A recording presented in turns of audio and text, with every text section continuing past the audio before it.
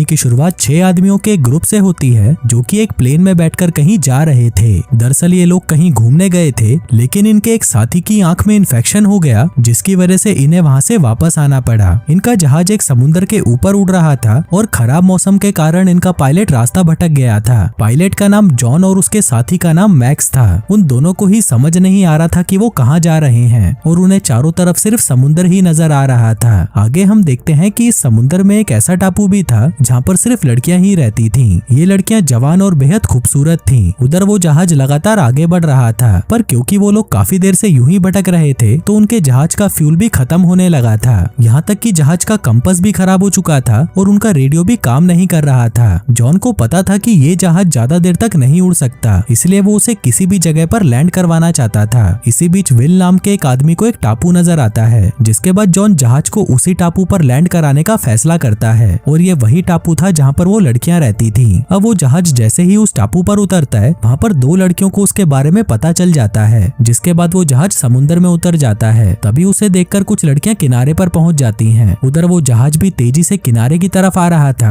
और वहाँ वो लड़कियां छुपकर उस जहाज को आते हुए देख रही थी और तभी उनके देखते ही देखते वो जहाज किनारे पर पहुंच जाता है। फिर किनारे पर आते ही सबसे पहले डैनी नीचे उतरता है और उसके पीछे पीछे माइक उतरता है। अब नीचे आते ही डैनी आसपास देखने लगता है। उधर स्टू, जिसकी आंखों पर पट्टी लगी हुई थी, वो भी उनके पीछे पीछे नीचे उतर गया था। उन सभी को लग रहा था कि इस टापू पर जरूर कोई तो रहता होगा और वो इनकी मदद जरूर करेगा। उधर डैनी अभी भी इधर उधर देख रहा था और तभी वो एक पिग को देखते ही उसे गोली मार देता है। थोड़ी देर बाद रात हो जाती है और सभी लोग किनारे पर ही सोने का फैसला करते हैं। वहीं डेव बाथरूम करने के लिए जब एक कोने पे जाता है तो वहाँ पर उसे एक इंसानी खोपड़ी नजर आती है, जिसको देखकर वो जोर जोर से चिल्लाने लगता है। तभी उसकी आवाज सुनकर उसके सभी साथी उसके पास आते हैं, जहाँ उस खोपड़ी को देखकर सभी को लगता है कि यहाँ पर आदिवासी हो सकते हैं और उन्होंने ही किसी को मारा होगा। अगली सुबह टापू पर हम डायना नाम की एक लड़की को देखते हैं जो कि प्रार्थना कर रही थी। उसके पास और भी लड़कियां बैठी हुई थीं। दरअसल वो उनकी देवी से कह रही थी कि टापू पर कई सारे आदमी आ चुके हैं और अब सिर्फ तुम ही हो जो उनसे हमें बचा सकती हो। हम देखते हैं कि डायना इन लड़कियों के ग्रुप की मुखिया थी। उधर विल और मैक्स एक टीम बनाकर पीने का पानी ढूंढने लगते हैं। वहीं एक टीम माइक और डैनी ने भी बना रखी थी और ये दोनों भी पीने का पानी ढूंढ रहे थे। और वहीं जहाज में केवल डेविड और स्टू ही बचे थे। अब वो दोनों बातें कर ही रहे थे कि तभी एक आदि मानव उनके पास आता है और डेविड उसे देखते ही गोली मार देता है। उधर विल और मैक्स आगे बढ़ रहे थे कि तभी उन्हें एक फ्लेयर गन की आवाज सुनाई देती है। दरअसल ये फ्लेयर गन डेविड ने चलाई थी। इसी दौरान विल और मैक्स की नजर एक लड़की पर पड़ती है जो कि डरकर भाग रही थी, क्योंकि उसके पीछे एक आदि मानव पड़ा हुआ था। तभी उस लड़की की नजर जैसे ही उन दोनों पर पड़ती है तो वो डरकर दूसरी तरफ भागने लगती है। तभी विल भी उस लड़की के पीछे जाने लगता है, जबकि मैक्स गोली चलाकर उस आदि मानव को मार देता है। उधर वो लड़की लगातार भाग रही थी, तभी विल उसे दबोच लेता है, लेकिन वो लड़की उसका हाथ काटकर वहाँ से भाग जाती है। दूसरी तरफ माइक और डैनी भी एक लड़की को देखते हैं, पर इससे पहले कि वो उससे कुछ बात करते वो लड़की डरकर वहाँ से भाग जाती है। वहीं विल और मैक्स एक जाल में फंस जाते हैं और ये जाल उन लड़कियों ने ही उन पर फेंका था। उन लड़कियों ने इन दोनों को घेर लिया था और डायना इन दोनों को मारना चाहती थी, पर तभी वहाँ पर माया आकर कहती है कि इन दोनों को मत मारो, क्योंकि इन्होंने मुझे आदि मानव से बचाया था। अब माया की बात सुनकर डायना वहाँ से चली जाती है, जिसके बाद माया भी उनका जाल काटकर वहाँ से चली जाती है और वो दोनों आदमी बाहर निकल आते हैं। आगे डैनी और माइक उसी जगह पर पहुँच जाते हैं जहाँ पर कुछ देर पहले डायना प्रार्थना कर रही थी। उधर विल और मैक्स अपने जहाज के पास पहुँच जाते हैं और तभी उसमें से उस आदि मानव की लाश नीचे गिरती है। अब ये देखकर वो दोनों जल्दी से जहाज में जाते हैं और डेव से उस लाश के बारे में पूछते हैं। इसी बीच वो लड़कियां उस आदि मानव की लाश को उठा ले जाती हैं जिसे मैक्स ने मारा था। जिसके बाद डायना अपने कबीले से कहती है कि मेरी अभी अभी हमारी देवी से बात हुई और देवी ने मुझे बताया है कि हमारी टापू पर एक बहुत बड़ी मुसीबत आने वाली है। अब डायना की बात सुनकर सभी लड़कियां डर जाती हैं। वहीं रात को सभी लोग समुद्र के किनारे ही सोते हैं और फिर सुबह होते ही डेव उस आदि मानव की कब्र तैयार करने लगता है, जिसको उसने गोली से मारकर मार डाला था। अब इससे पहले कि वो उस आदि मानव को दफना पाता, उसके सामने वो लड़कियां आ जाती हैं। वहीं उनको देखकर बाकी के दोस्त भी डेव के पास आ जाते हैं। तभी वो लड़कियां उनसे उस आदि मानव की लाश मांगती है और वो लोग उन्हें वो लाश दे देते हैं, जिसको लेकर वो लड़कियां वहां से चली जाती हैं। तभी मैक्स उन्हें कहता है कि हमें इन सभी लड़कियों से दोस्ती कर लेनी चाहिए ताकि हम उनकी मदद से इस टापू से निकल सकें। अब मैक्स की बात सभी को पसंद आती है। सभी इस टापू से निकलना चाहते थे,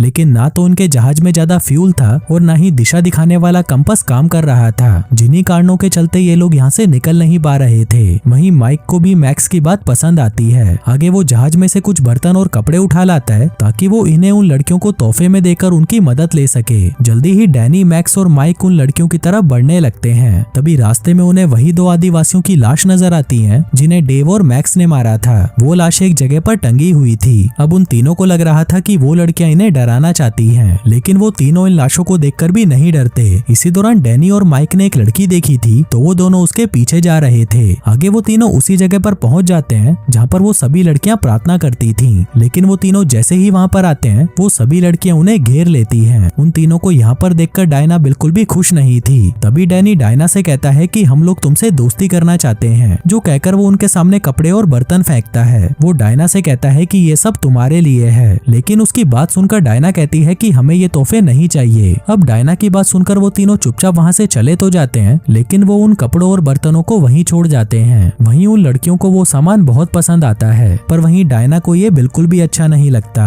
कुछ देर बाद हम माया को देखते हैं जो कि नए कपड़े पहनकर मैक्स के पास आती है। वो डायना को बताए बिना ही मैक्स के पास आई थी। दरअसल मैक्स ने उस आदिवासी से माया की जान बचाई थी, इसलिए माया को मैक्स पसंद आ गया था। आगे मैक्स उसे कॉफी पिलाने की कोशिश करता है। माया ने कभी कॉफी नहीं पी थी, इसलिए वो उसे पसंद नहीं आती। कुछ देर बाद सभी लड़कियां प्रार्थना वाली जगह पर इकट्ठा हो जाती हैं। इसी दौरान माया सबको बताने लगती है कि मुझे मैक्स से प्यार हो गया है, पर इसी दौरान वहाँ पर डायना आ जाती है। वो सबको बताती है कि मेरी अभी अभी देवी से बात हुई है और देवी ने मुझे कहा है कि हमें उन आदमियों से दोस्ती कर लेनी चाहिए और उनकी मदद से इन आदिवासियों को खत्म कर देना चाहिए। फिर जब हम उन आदिवासियों को मार देंगे उसके बाद हम उन आदमियों को भी मार डालेंगे। वहीं डायना की बात सुनकर सभी लड़कियां हैरान हो जाती हैं, क्योंकि वो सभी लड़कियां तो उन लड़कों के साथ दोस्ती करके उनके साथ इंटीमेट होना चाहती थी, लेकिन डायना की बात सुनकर वो सभी लड़कियां दुखी हो जाती हैं। कुछ देर बाद डैनी और मैक्स किनारे पर बैठकर बातें कर रहे थे। इसी बीच 2 लड़कियां उनके पास आती हैं और उनसे बातें करने लगती हैं। वहीं विल समुद्र में मछलियां पकड़ने की कोशिश कर रहा था। तभी उसको देखकर एक लड़की उसके पास आती है और ये देखकर डैनी भी उस लड़की के पीछे आ जाता है। उधर मैक्स के पास माया अकेली बैठी थी और तभी मौका देखकर मैक्स उसे किस करने लगता है। अब किस करके माया को भी बहुत अच्छा लगता है तो वो मैक्स को फिर से किस करने लगती है। इसी बीच डेव किनारे पर टहल रहा था। दूसरी तरफ कुछ लड़कियों ने माइक से भी दोस्ती कर ली थी और एक लड़की तो पेड़ पर चढ़कर उसके लिए नारियल भी तोड़ने लगती है। इसी दौरान उसकी नजर कुछ आदिवासियों पर पड़ती है जो कि एक नाव में बैठकर उन्हीं की तरफ आ रहे थे। वो लड़की चिल्लाकर सभी को एक जगह पर इकट्ठा करती है और फिर सभी कहीं पर छुप जाते हैं। इसी दौरान वो आदिवासी भी टापू पर पहुंच जाते हैं और वहां अपने साथियों की लाशों को देखकर गुस्सा हो जाते हैं। वहीं टहलने के बाद डेव आराम करने लगा था, पर इसी दौरान एक आदिवासी उसके पास आता है और डेव का गला काट देता है। कुछ देर बाद जब वो आदिवासी अपने साथियों की लाश लेकर वहां से चले जाते हैं तब वो सभी लोग बाहर आते हैं और देखते हैं कि उन आदिवासियों ने डेव को मार दिया था, जो देखकर वो बहुत दुखी होते हैं और फिर उसे वहीं पर दफना देते हैं। कुछ देर बाद जब माया और मैक्स टहल रहे थे तभी मैक्स को वहाँ पर एक पुराना सा जहाज नजर आता है और वो दोनों उसके अंदर जाकर चेक करने लगते हैं। दूसरी तरफ डायना के कहने पर सभी लड़कियां उन आदमियों को घेर लेती हैं। वहीं माया और मैक्स को उस जहाज में एक लाश मिलती है, जिसको देखकर माया मैक्स से कहती है कि यही हमारी देवी है। उस लाश को देखकर वो दोनों बाहर आ जाते हैं, जिसके बाद माया मैक्स से कहती है कि डायना शुरू से ही हमसे झूठ बोल रही थी कि देवी अभी भी जिंदा है और वो उससे बातें करती है। अब माया की बातें मैक्स को थोड़ी अजीब लगती है, इसलिए वो सच जानने के लिए फिर से उस जहाज में जाकर छानबीन करने लगता है। इसी दौरान उसके हाथ एक डायरी लगती है। वो उस डायरी को पढ़ता है जिसमें लिखा था कि कई सालों पहले एक देश में बहुत भयंकर युद्ध शुरू हो गया था, जिसके चलते सभी लोगों को वहाँ से भागना पड़ा। इसी देश में मारिया नाम की एक सिस्टर छोटे बच्चों का अनाथ आश्रम चलाती थी और युद्ध शुरू होते ही वो अपनी सभी लड़कियों को लेकर जहाज में आ जाती है। आगे जब जहाज वहाँ से जा रहा था तभी रास्ते में मौसम इतना ज्यादा खराब हो जाता है कि वो जहाज बेकाबू होकर एक टापू पर गिर जाता है। अब इस घटना में वो छोटी लड़कियां तो बच गई थी, लेकिन सिस्टर मारिया का जबड़ा टूट जाता है और जहाज का पायलट भी मर जाता है। वहीं छोटी डायना ही मारिया का ख्याल रखती है। डायना भले ही 10 साल की थी, लेकिन वो बाकी लड़कियों का बहुत अच्छे से ख्याल रखती थी। फिर जैसे जैसे डायना बड़ी होती गई वो खुद को उन लड़कियों की लीडर मानने लगी। कुछ सालों बाद मारिया की मौत हो जाती है, जिसके बाद डायना ही उन लड़कियों की लीडर बन जाती है। लेकिन वो लड़कियों से झूठ बोलती है कि मारिया कोई देवी है जिसने हमारी जान बचाई, और इसी के साथ ही वो पुराने जहाज में भी किसी को जाने नहीं देती थी। वो लड़कियों से झूठ बोलती थी कि देवी उस जहाज में जिंदा है और वो सिर्फ उसी से ही बात करती है। अब पूरी डायरी पढ़कर मैक्स समझ जाता है कि डायना एक पागल लड़की है। इसी दौरान उसे वहाँ पर दिशा दिखाने वाला कंपास भी मिल जाता है। दूसरी तरफ वो लड़कियां सभी लड़कों के हाथ बांध रही थी। तभी डायना कहती है कि हमें इन्हें उन आदिवासी कबीले के हवाले कर देना चाहिए ताकि वो कबीला कभी भी कोई हम पर हमला ना करे। इसी बीच मैक्स भी वहाँ पर आ जाता है और सभी को डायना की सच्चाई बता देता है, जिसके बाद वो सभी लड़कियां मिलकर डायना को मार देती हैं। फिर अगली सुबह वो सभी मिलकर उस टापू से निकलने का फैसला करते हैं। वहीं मैक्स के पास कंपास, वो सभी मिलकर उस टापू से निकलने का फैसला करते हैं। वहीं मैक्स के पास कंपास था जो बता रहा था कि पास में ही एक और टापू है, लेकिन जैसे ही ये लोग वहाँ से जाने लगते तभी आदिवासी कबीले उन पर हमला कर देते हैं। वो लोग उन्हें रोकने की बहुत कोशिश करते हैं, लेकिन मैक्स और उसके साथी वहाँ से निकल जाते हैं। फिर कहानी के अंत में हम देखते हैं कि वो लोग उस टापू पर पहुंच जाते हैं। और दोस्तों, इसी के साथ ही ये कहानी यहीं खत्म हो जाती है।